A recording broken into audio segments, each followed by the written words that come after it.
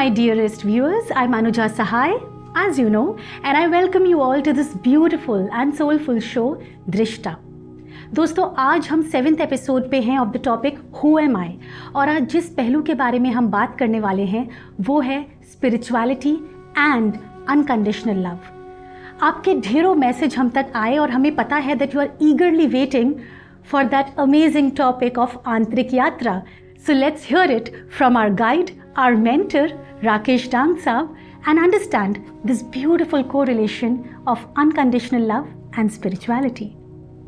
Sir, welcome to the show. Thank you. And हमारे viewers बेसब्री से इंतज़ार कर रहे हैं आपकी वाणी सुनने के लिए बस।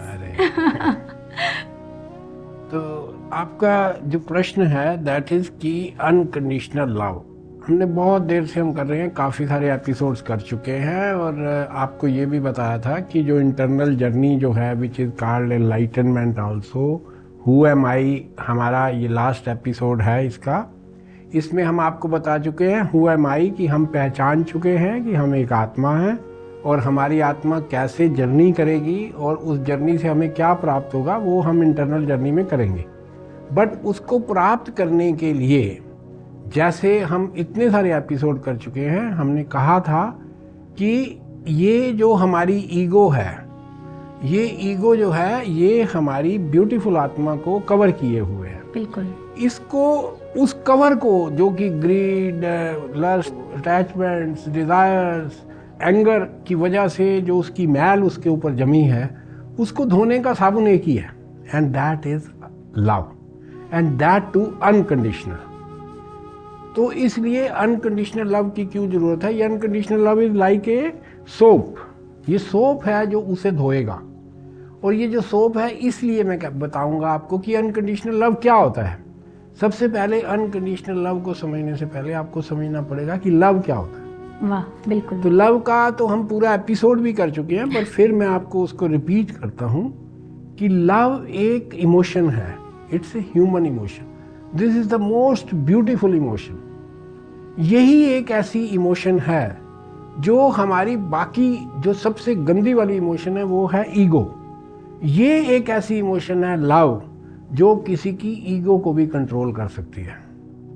अभिमान किसी का तोड़ना हो तो उसको प्यार से ही तोड़ा जा सकता है, क्योंकि उससे अगर हम झगड़ेंगे तो हमारी भी ईगो खड़ी हो जाएगी, उसकी भी हो जाएगी। बिल्कुल।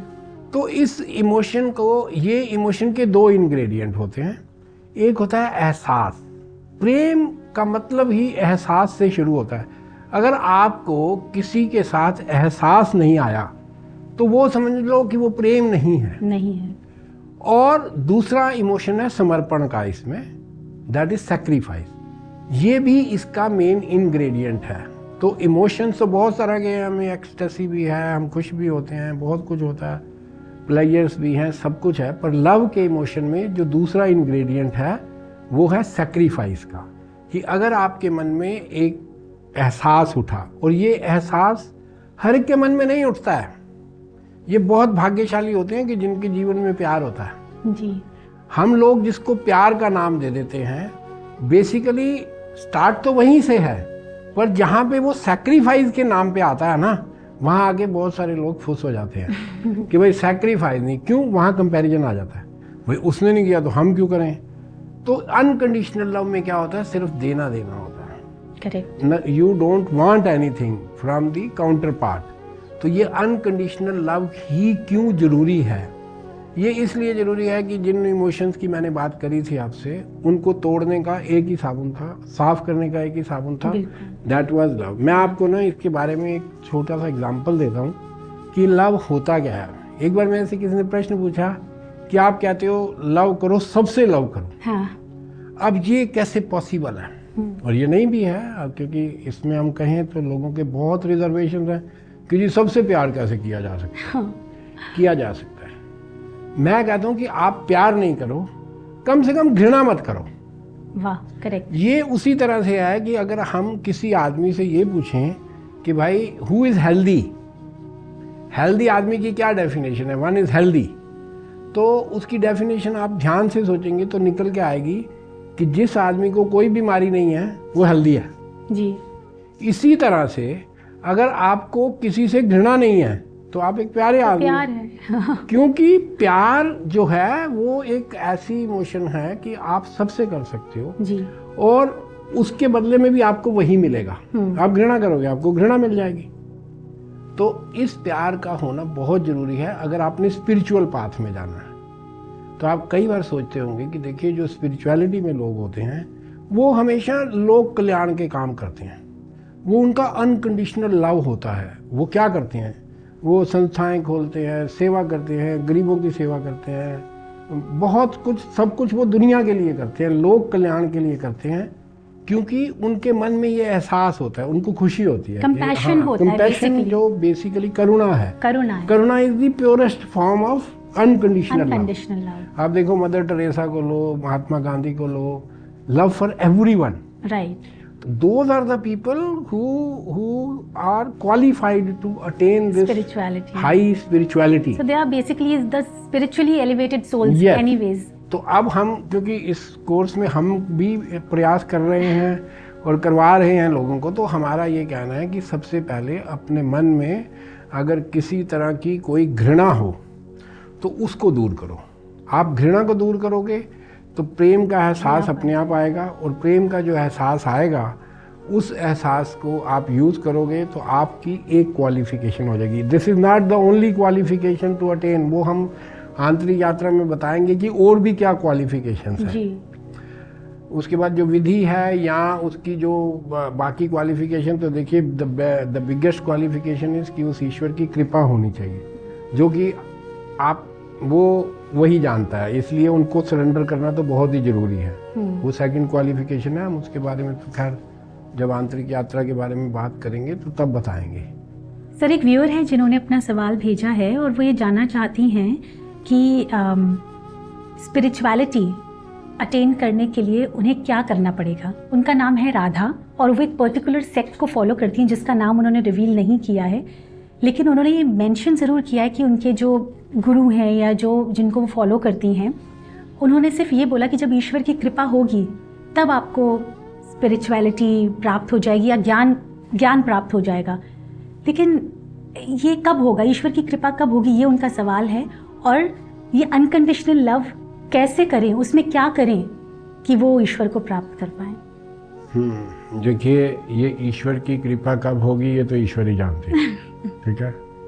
अब रही बात दूसरी अनकंडीशनल लव की, तो ये क्वेश्चन मैं आपको अपना एक पर्सनल एक्सपीरियंस बताता हूँ कि हालांकि इसमें कोई ऑफेंस नहीं है, मैं क्योंकि हमारी पर्सनल बात थी मैं नहीं बताना चाहता था, पर मैं फिर भी बता रहा हूँ जी। मेरी वाइफ भी ऐसे ही एक सेक्ट को फॉलो कर रही है। अच्छा। For the last 30-40 years. Oh. तो एक दिन उनका कहना था कि देखो हमें तो कुछ मिला ही नहीं, इतनी देर से रोज 2-2.5 घंटे मेडिटेशन करते हैं बट नथिंग इज अचीव्ड। तो आप तो कहते हो जी कुछ कुछ होता है, ये चीज़ है, तो हमें भी बताओ भाई क्या करना है। तो मैं उसे लेके आया नीचे, उन दिनों हमारा मकान बन रहा था। 2 बच्चे, वो मजदूरों के बच्चे, पूरे धूल से सने हुए, नाक बह रही, और मैं उसे लेके आया। मैंने कहा चल इन दोनों की ना एक एक चुम्मी ले ले, किस देम। तो वो कहने लगी नहीं नहीं ये तो बड़े गंदे हैं, मैं नहीं। मैं कहा फिर जिस दिन तू अगर तू ले लेती तो आज तू लाइटन हो जाती। तो सवाल क्या है, सवाल ये है कि हम लोगों के प्रीजुडिसेस, हम लोगों की जो रोके हैं, जो हमारा लर्न्ड बिहेवियर है, जो हमने सीखा हुआ है, करेक्ट, वो इतनी बड़ी रोक है कि ये हमारे अंदर छुपे हुए प्रेम को बाहर ही नहीं आने देता। बिल्कुल। आप इस बात को ये देखिए कि प्रेम जो है इतनी बड़ी एसेंशियल कंडीशन है कि इसके बगैर इस मार्ग में कुछ नहीं हो सकता। बिल्कुल। ये बहुत ही, और वो भी अनकंडीशनल। अब आपको जी प्रेम तो हम अपने बच्चों से भी करते हैं, मेरे को अपने पति से भी प्रेम है, मेरे को इससे भी, तो आप कहीं ना कहीं पाएंगे कि वो ना मोह ज्यादा है। हाँ। प्रेम नहीं है। ये कृष्ण ने गीता में भी कहा कि अल्टीमेटली आप कोई भी प्रेम करते हो सिवाय ईश्वर के प्रेम के बाकी सब मोह ही है। मोह है, एक अटैचमेंट है बेसिकली। मतलब एक अटैचमेंट है, एक मोह है। उस अटैचमेंट से अगर बचना है तो आपको ईश्वर से सच्चा प्रेम लगाना पड़ेगा, और जब तक वो नहीं लगता, यहाँ आपको वो लगेगा कब, जब आपको ईश्वर के दर्शन होंगे। अब जो दर्शन होंगे वो तो आपको मैंने बताया है कि उसकी क्वालिफिकेशन तो और भी हैं जी। पर जब तक नहीं होते और आप क्वालिफाई होना चाहते हो तो आप ईश्वर की रचनाओं से प्रेम करो ना। क्या बात तो है। ईश्वर की सबसे खूबसूरत रचना कौन है? इंसान। तो आप इंसानों से प्रेम करना शुरू कर दो। और सब में उनका अंश ही तो है, या हाँ, वही तो उनके उस अंश है। अंश को समझना तो आपको जब पूरा ज्ञान होगा तब समझ में आएगा कि उसी का अंश है। हालांकि हु एम आई में आपको बताया था हमने। हाँ जी। पर जब तक आप प्रेम सबसे नहीं करोगे, और that to Nishchal, ji.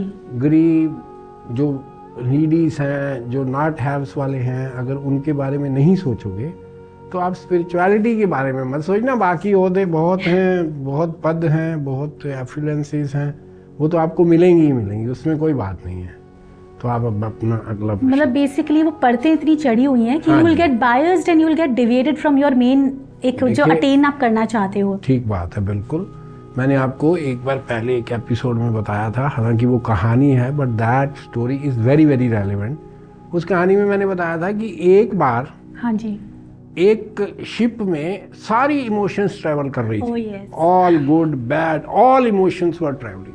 Correct. तो वो शिप जो है उसमें पानी भरना शुरू हो गया, दैट वाज सिंकिंग।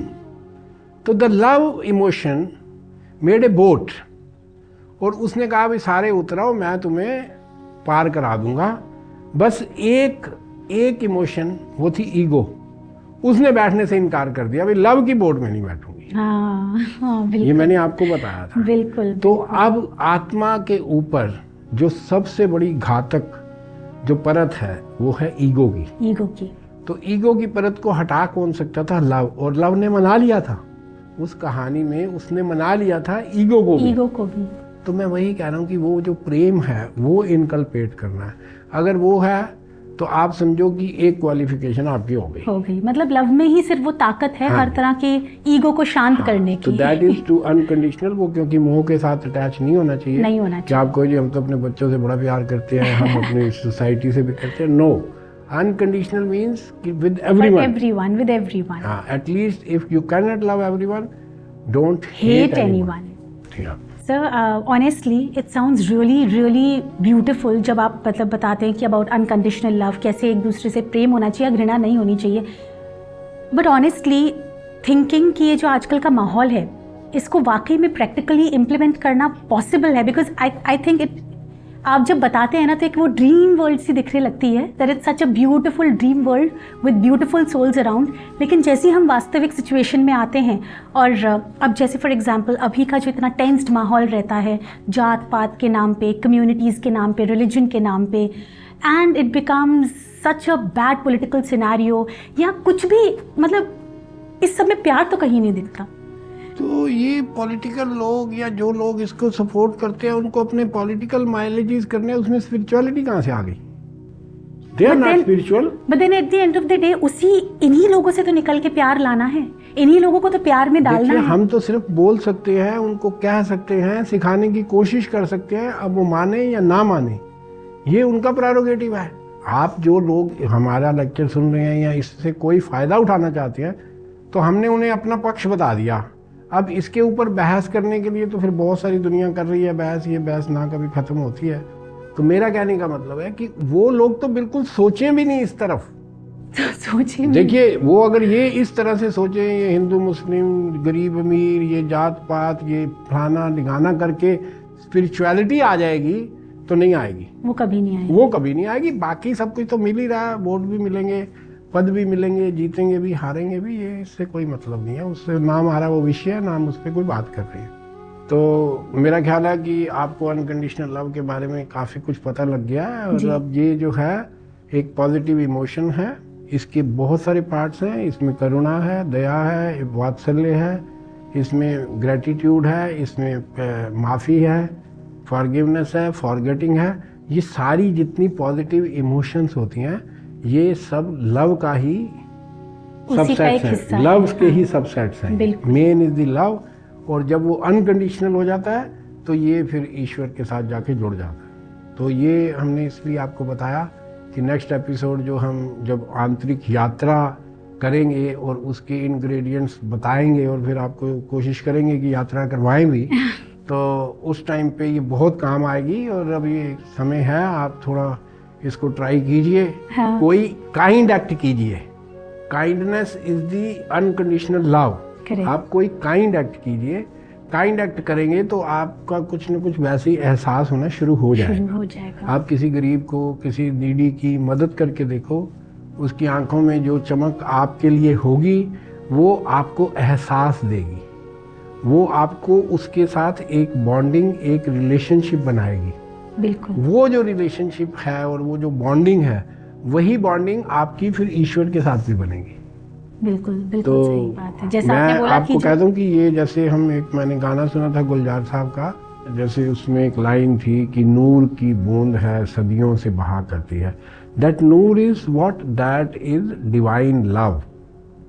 जो डिवाइन लव है वो ईश्वर ने भेजा है, और वो देख ही रहे हो आपका प्रकाश, साउंड, ये सब जो ईश्वर हमें भेज रहा है, जिस उस सृष्टि में उसने हमें सब कुछ बख्शा है, तो ये उसने प्रेम के अंतर्गत ही दिया है। तो वो जो नूर की बूंद है, मुझे I am not remembering the lyrics, तो आपको शायद याद होंगे, वो आप वो गाना याद करके जरा सुना दीजिए हमारा एपिसोड। हंसी मुझे इस बात पे आ रही है कि कहाँ से आप नगीरे ढूंढ ढूंढ के और सडनली आप इतने सुंदर गाने को नाम प्यार को प्यार ही रहने दो, कोई नाम ना दो। याद आ गया। हमने देखी है, हमने देखी है, क्या बात है, वाजी गा के दिखा। हमने देखी है इन आँखों की महकती खुशबू, हाथ से छू के से रिश्तों का इल्जाम ना दो, सिर्फ एहसास है ये रूह से महसूस करो, प्यार को प्यार ही रहने दो, कोई नाम ना दो, हमने देखी है। प्यार कोई बोल नहीं, प्यार आवाज नहीं, एक खामोशी है सुनती है, कहाँ करती है, ना ये बुझती है ना रुकती है, ना ठहरी है कहीं, नूर की बूंद है सदियों से बहा करती है, सिर्फ एहसास है ये रूह से महसूस करो, प्यार को प्यार ही रहने दो, कोई नाम ना दो, हमने देखी है इन आँखों में महकती खुशबू, हाथ से छू के से रिश्तों का इल्जाम ना दो, हमने देखी है। Beautiful song. Thank you so much. तो बहुत अच्छे नोट पे ख़त्म कर रहे हैं। अब आप हमारे नेक्स्ट एपिसोड का इंतज़ार करिए, जो कि I mean that would be the, वो जो आज तक हमने एपिसोड किए हैं उनका निचोड़ हम 2 एपिसोड्स में करेंगे। तो get ready for that soulful ride. Let's see कि हम क्या कर पाते हैं। Thank you. Thank you so much sir, thank you so much. दोस्तों, जिस तरह से अभी राकेश टांग साहब ने हमें बताया, that be ready for that, I must say, roller coaster ride of this soulful journey, जो कि होने वाली है आंतरिक यात्रा। और अगले एपिसोड में हम डेफिनेटली उसको कवर करेंगे। और अगर आपके मन में कोई भी सवाल है, प्लीज़ बेझिझक हम तक पहुंचाइए, हमसे जुड़े रहिए and stay updated, stay tuned for the next episode of दृष्टा। ज़रूर लाइक कीजिए, शेयर कीजिए हमारे एपिसोड को, और चैनल को सब्सक्राइब करना बिल्कुल ना भूलिए। Press the bell icon for constant updates. See you soon. Thank you.